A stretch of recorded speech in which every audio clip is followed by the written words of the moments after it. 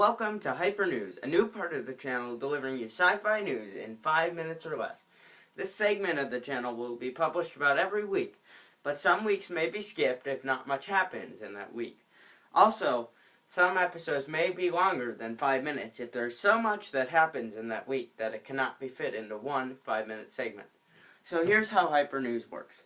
First thing that I will talk about is the news for each of the main sci-fi topics: Star Wars, Star Trek, and Doctor Who. However, there's more sci-fi news than just from the three main topics. This section of HyperNews will be called More Sci-Fi. This name may be subject to change if I come up with a better name in the future.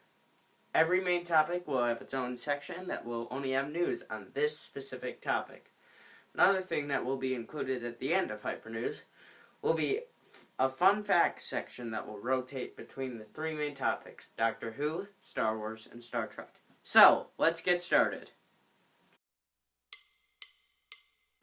Star Wars: The Rise of Skywalker debuted in December, receiving a 6.7 out of 10 IMDb score with a 52% Rotten Tomatoes score along with a 53% Metacritic. 75% of Google viewers liked The Rise of Skywalker. In other news, The Rise of Skywalker is now available for purchase at an earlier date than expected. Star Wars has also just released a new series focusing on the Jedi about 200 years before the events of Star Wars: The Phantom Menace. The series has just released concept art on these characters, and if you'd like to see it, go to StarWars.com.